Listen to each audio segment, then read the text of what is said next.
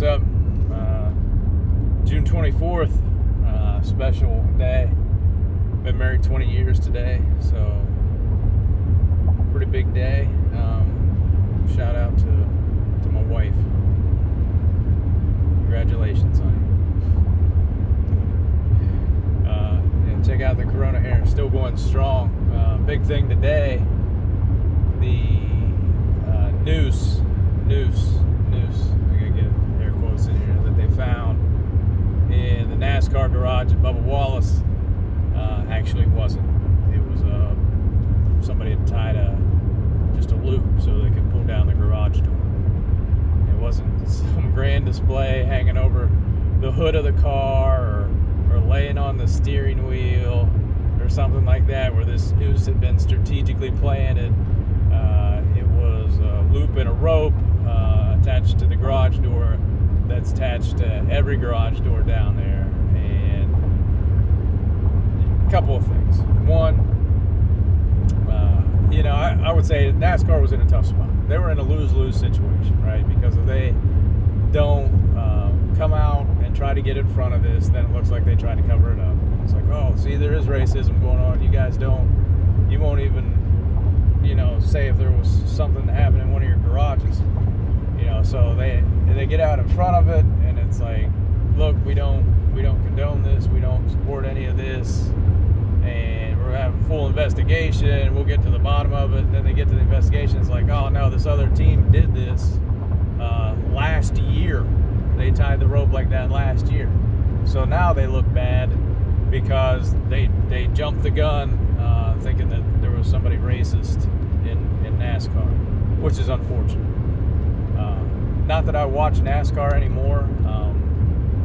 I quit watching because I couldn't understand the point system, and if the guy who won the race was actually the guy that won the race, and it seemed like they stopped every race with like 10 laps to go, they'd throw some phantom caution flag just to bunch everybody up and have a crazy finish. So it's like, I used to like watching the entire race because of the strategy involved, when to pit, when to take gas, what changes people were making to their car, and it was interesting to me, okay, so somebody wins by 5 seconds or a half a lap. That's the guy that should have won that day. He had the best car for, a 500-mile race, and it was still, somebody was within a half a mile of him. That's still pretty good. But NASCAR wants 20 cars within, 0.2 of a mile in order for it to be a good race at the end. And it just got to be ridiculous. But I digress, because that's the same thing that's happening with this whole noose thing. It's a distraction, because there's a noose, there's not a noose, there's a black NASCAR driver. That's not the story. That's not the root of the problem. The root of the problem isn't, oh, there may be a noose here in a NASCAR garage.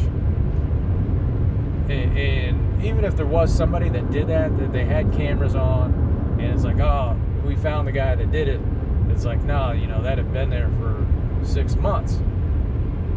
But if it had, like, say it was this week, and they found the guy, okay, what are they going to do to him? Oh, it's a hate crime. He's going to jail. Okay, so now everybody knows not to do that anymore. People would still do that if they were inclined to do it. So there's no benefit to that, right? That doesn't promote equality. That doesn't solve the problem. It may solve one small problem of one person, but that doesn't solve the systemic problem. That doesn't get people into good jobs. That doesn't get people better education. That doesn't get people home ownership by arresting one person and putting them in jail because they put a noose on somebody's car. That's not solving the problem. That's everybody crying out, oh, we need justice. We need, I have no idea, what people think that they need or where they're taking the story, but it's a complete and total distraction is what the problem is. because it's not solving the base issues. And I 100%, get the idea that there's inequality in this country. I get it 100%, but I think there's a lot of people out there that don't get it. And all of the George Floyd thing was like a flashbang grenade. It goes off, that gets all the attention right now. That's what everybody's focused on. It's like, okay, how can we fix this? How can we improve this? And then all of a sudden, it's over. It's done, and it just let's not focus on that anymore. Okay, let's focus on something else. What's going on over here? Here's a shiny piece of tinfoil on the ground. What's up with that? That doesn't matter at all. Where'd that grenade come from? How'd that grenade get set off? That's the problems that people have to focus on. Is how can we get to the bottom of this inequality issue and admit that it's something that's been going on for 150 years. Since the end of slavery. Okay, slavery's over. We just celebrated, Juneteenth, the end of slavery in America. And 100 and almost 60 years later, we still have problems, right?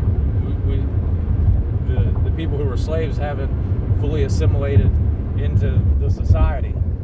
They haven't gained the full rights of citizenship, of property ownership. It's like, oh, they can? Yeah, they can, but the opportunities that are afforded to regular, white people aren't afforded to them. Now, I will say this. I think, obviously it would be difficult, but if someone were to leave, these tight, large black communities and venture out to areas that are, better suited and take advantage of the things that are set up for white people, but at the same token, you could have racial undertones that make it difficult for them to make it in a particular area, like even, like the Ohio Valley, southeastern Ohio, or northern West Virginia.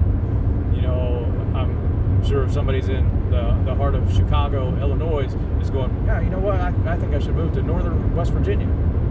Probably not happening. But housing could be affordable,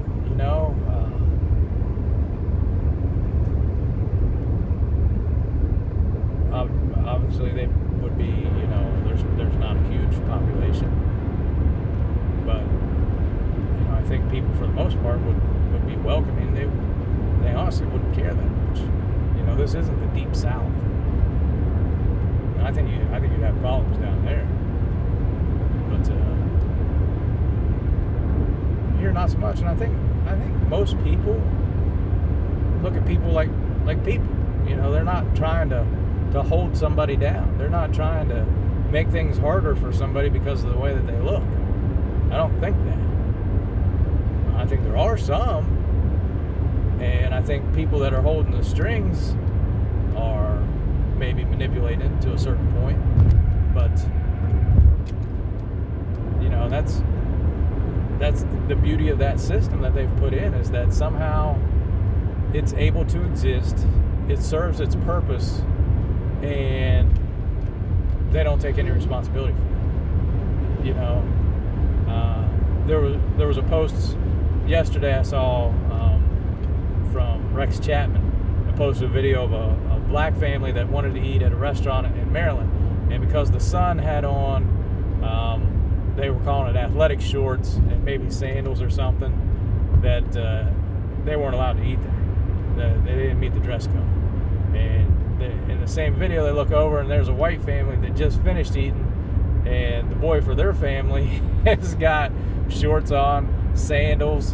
He may even had a tank top on or something. It's like complete athletic looking outfit, right? He could go right to the ball field and play. And they're telling this kid he can't eat. He's got an Air Jordan shirt on and shorts. And I guess the rest of the family met the requirement. They're trying to focus on a little kid.